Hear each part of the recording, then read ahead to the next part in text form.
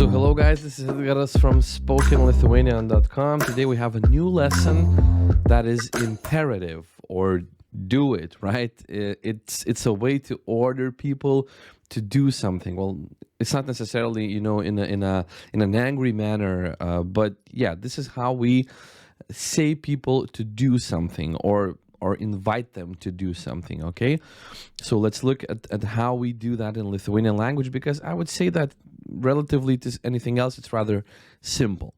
And if you want more phrases, you want more words, I have this 117 most common Lithuanian language phrases PDF and audiobook created that you can download. You can find the link somewhere around the video, in the comments or in the description.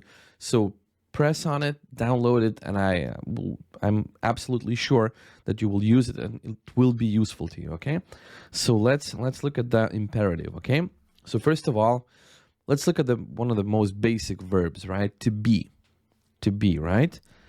Būti, that is to be. We know the t ending tells us that it's an infinitive, right? To be, būti.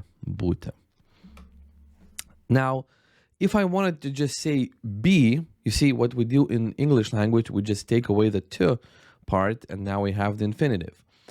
I'm sorry, now we have the imperative. So I only have to say be in Lithuanian, in English language, and I have the imperative.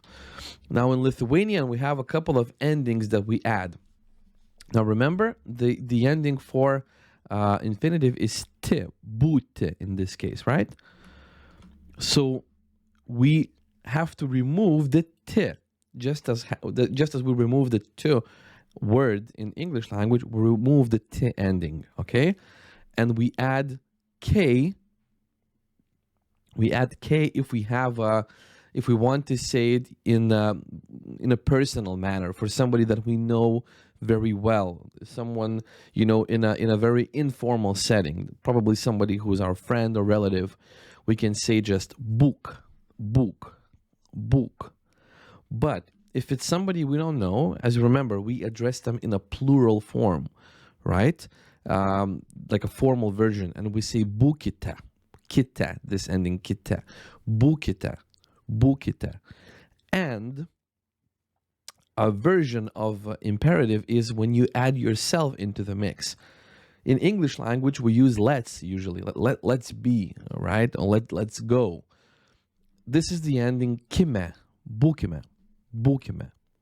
This is with you together, būkime, right? But there's a but, okay? I will explain to you. We usually, when we include ourselves, this let's version, we use a little bit different kind of structure in Lithuanian language, especially in spoken one, because this is a correct way to say that. But you would rarely hear someone say like būkime. You could hear them say it. Somebody could say it like that, but just those people don't talk that way, okay? And I will explain to you how we do say something when we want to include ourselves into the equation, and we want to say to people, let's do something. Okay? Let's look at some other verbs. To eat, for example. To eat. Now, to eat is valgyti. Again, the t. It tells us it's an infinitive, right? Now, eat, that would be valgyk. I removed the t, I added k, and I have valgyk. That's for somebody I know. Valgykite, right? Kita ending, valgykite. That's for people I don't know. Valgykime. Let's eat, right? The correct version to say let's eat. Now to go is eiti. It's more on foot, eiti. There's also one vykti, but let's take eiti now, okay? Eiti, to go, eiti. Go would be either eik. I removed the t, added k. Eikite. I removed the t, added kita, eikite. Or eikime. Together. Let's go, right? Eikime. Okay.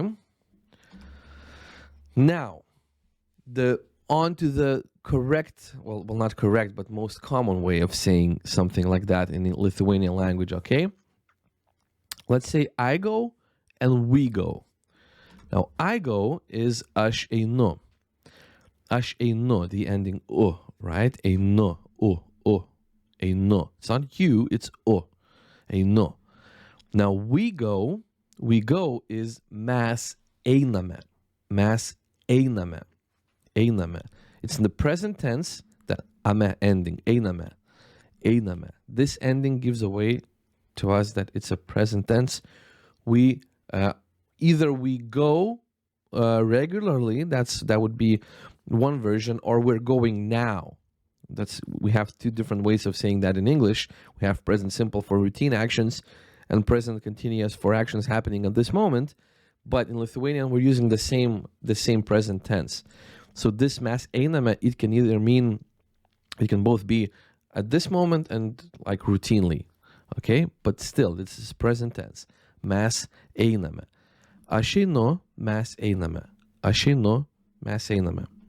Now, if I wanted to correctly say, well, not correctly, but the way people usually say it in Lithuanian language, let's go back, I just remove, from this ending, I remove the E part.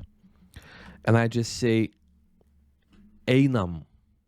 Einam over here, right? Einam. Einam.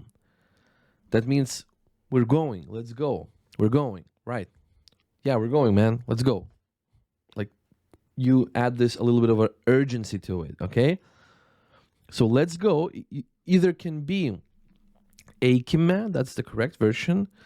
Einame, you can say it like that as well, but usually we just say without the E. That indicates to us that it's imperative, like we're ordering, or we're just saying what to do, right? Einam, let's go, einam, einam. Let's look at some other verbs. To watch, for example, is žiūrėti, žiūrėti. Watch,